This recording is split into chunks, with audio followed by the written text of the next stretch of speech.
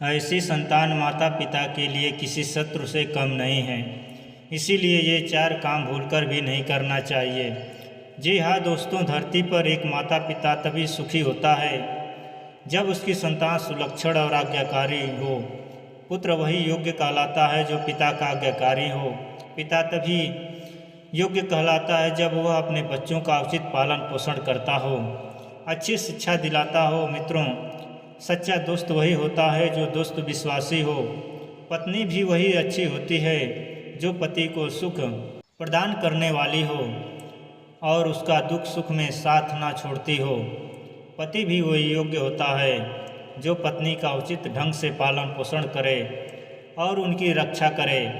दोस्तों, आज के इस वीडियो के माध्यम से हम आपको बताने वाले हैं कि कौन सा माता पिता व संतान होते हैं शत्रु के समान।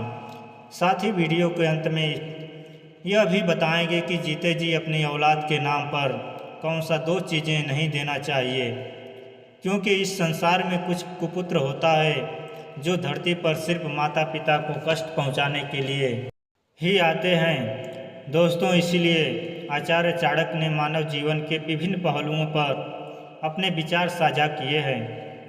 उस समय की लिखी गई चाणक्य नीति आज भी लोगों के बीच बहुत लोकप्रिय है। हालांकि चाणक्य के विचार लोगों को कठोर भी लगते हैं, लेकिन सही प्रकार से यदि इन विचारों के मर्म को समझा जाए और अपने जीवन में अपनाया जाए तो व्यक्ति एक सुखी, सफल और संतुष्ट जीवन व्यतीत कर सकता है। नीति शास्त्र में व्यक्ति के पारिवारिक जीवन से लेकर मित्रता, शत्रुधन, व्यवसाय आदि सभी विषयों के बारे में महत्वपूर्ण बातें बताई गई हैं। आचार्य चाणक्य ने रिश्तों को लेकर भी अपने विचार साझा किए हैं, जिसके अनुसार कुछ ऐसी परिस्थितियों के बारे में बताया गया है जब माता पिता संतान के लिए और संतान माता पिता के लिए शत्रु के समान हो जाते हैं। तो दोस्तों, वीडियो शुरू करने से पहले आप सभी से हाथ जोड़कर निवेदन है, वीडियो अगर पसंद आए तो प्लीज़ वीडियो को एक लाइक ज़रूर करें और कमेंट में जय माँ लक्ष्मी अवश्य लिखें। आइए जानते हैं। नंबर 1, जो माता पिता संतान को अशिक्षित रखते हैं। आचार्य चाणक्य एक योग्य शिक्षक भी थे, इसीलिए वे जीवन में शिक्षा के महत्व को भली भांति समझते थे। एक अशिक्षित व्यक्ति को अपने जीवन में बहुत कठिनाइयों का सामना करना पड़ता है और कई बार उसे अपमानित तक होना पड़ता है। चाणक्य नीति के अनुसार जो माता पिता अपनी संतान को अशिक्षित रखते हैं वे अपनी संतान के लिए शत्रु के समान होते हैं, क्योंकि विद्याहीन बालक विद्वानों की सभा में वैसे ही तिरस्कृत किए जाते हैं जैसे हंसों की सभा में बगुले। नंबर 2, मूर्ख संतान। आचार्य चाणक्य कहते हैं कि मूर्ख संतान माता पिता के लिए शत्रु के समान होती है। ऐसी संतान माता पिता के कष्टों का कारण बनती है। इसी तरह से जो संतान माता पिता की आज्ञा की अवहेलना करती है वह शत्रु के समान होती है। नंबर 3, ऋण न चुकाने वाला पिता। आचार्य चाणक्य कहते हैं कि जो पिता कर्ज लेकर नहीं चुकाता है तो कर्ज के कारण उसके पुत्र का जीवन कष्टकारक हो जाता है। इसलिए वह पिता अपने पुत्र के लिए शत्रु के समान होता है जिसके ऊपर अत्यधिक कर्ज होता है। नंबर 4, इस संसार में माँ और संतान का रिश्ता सबसे ऊंचा होता है। माँ से ही संतान का अस्तित्व है, परंतु आचार्य चाणक्य के अनुसार यदि कोई माता पिता अपनी संतानों में भेदभावपूर्ण व्यवहार से करती हो तो उस परिस्थिति में वह अपनी संतान के लिए किसी शत्रु से कम नहीं होती है। साथ ही बच्चों के साथ गलत भाषा का प्रयोग न करें।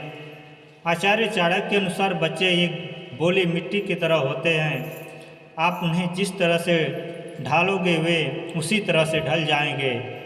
इसीलिए छोटे बच्चों को हमेशा प्यार से समझाएं। 5 वर्ष तक के उम्र के बच्चों को समझाने की शक्ति नहीं होती है। उन्हें आप डांटकर या फिर गलत भाषा का प्रयोग करके साझा नहीं कर सकते हैं, क्योंकि कोशिश करें कि आप उन्हें प्यार से और विनम्र भाषा में बात करें। अगर आप उनके साथ गलत भाषा का प्रयोग करते हैं तो आगे चलकर वे आपके साथ और दूसरों के साथ इस तरह का व्यवहार करेंगे।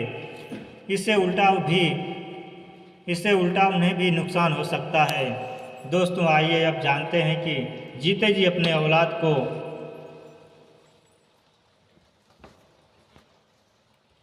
कौन सा 2 चीज़ें नहीं देनी चाहिए। नंबर 1, ध्यान रहे दोस्तों, चाहे कितने भी संस्कारी बैठे हों, अपनी सारी भौतिक संपत्ति और बैंक बैलेंस उनके नाम पर भूलकर भी ना करें। कुछ हिस्सा अपने पास अवश्य रखें। बच्चों के इस वादे पर भूलकर भी निर्भर न कर रहे हैं कि वह बुढ़ापे में आपकी सेवा करेंगे, क्योंकि समय के साथ उनकी प्राथमिकता भी बदल जाती है। नंबर 2, अपने अस्थायी निवास को न छोड़ें। दोस्तों, ये बातें कड़वा है पर यही सत्य है। जी हाँ, बेटे के कहने से भूलकर भी माता पिता